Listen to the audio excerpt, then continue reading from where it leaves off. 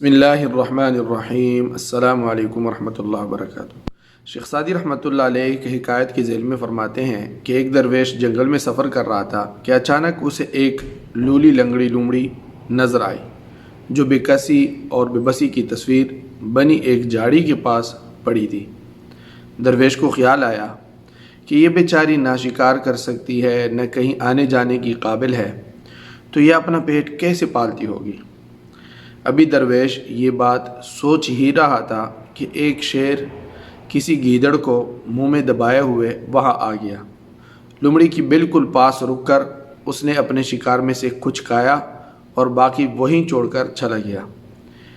اس بچے کچے گوشت سے لولی لنگڑی لومڑی نے بھی اپنا پیٹ بھر لیا۔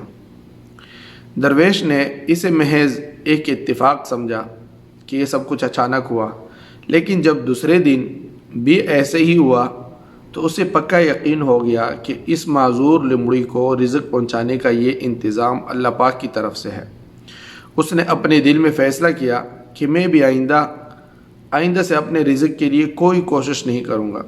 خدا جب اس لولی لنگڑی لومڑی کو شہر کے ذریعے سے رزق پہنچا رہا ہے تو مجھے بھی بھوکا نہ رکھے گا اور کوئی پہنچانے والا اللہ تعالیٰ پیدا کر دے گا۔ یہ فیصلہ کر کے وہ درویش ایک جگہ اطمینان سے بیٹھ گیا۔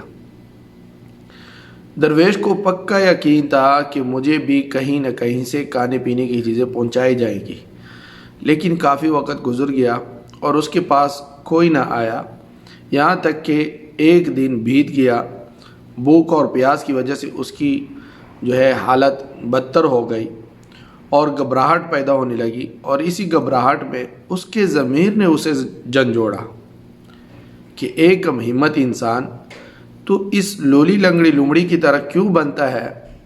کیوں ایسے بننا چاہتا ہے جو دوسروں کی محتاج ہے؟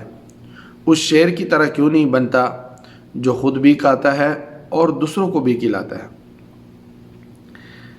حدیث شریف میں بھی نہ مانگنے میں فضیلت ہے، اشراف نفس میں فضیلت ہے کہ آپ کے دل میں لالچ نہ ہو کسی چیز کے لیے۔ حدیث شریف میں الید العلیٰ خیر من ید السفلی والید العلیٰ المنفقہ والسفلی السائلہ۔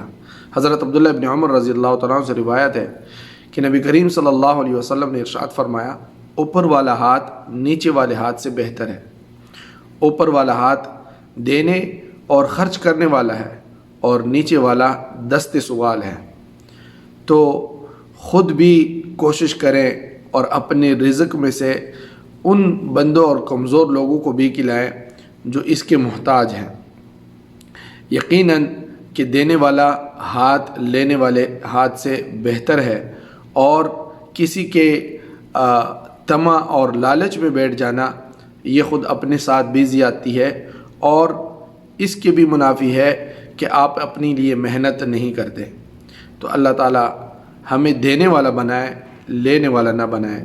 والسلام علیکم ورحمۃ اللہ وبرکاتہ۔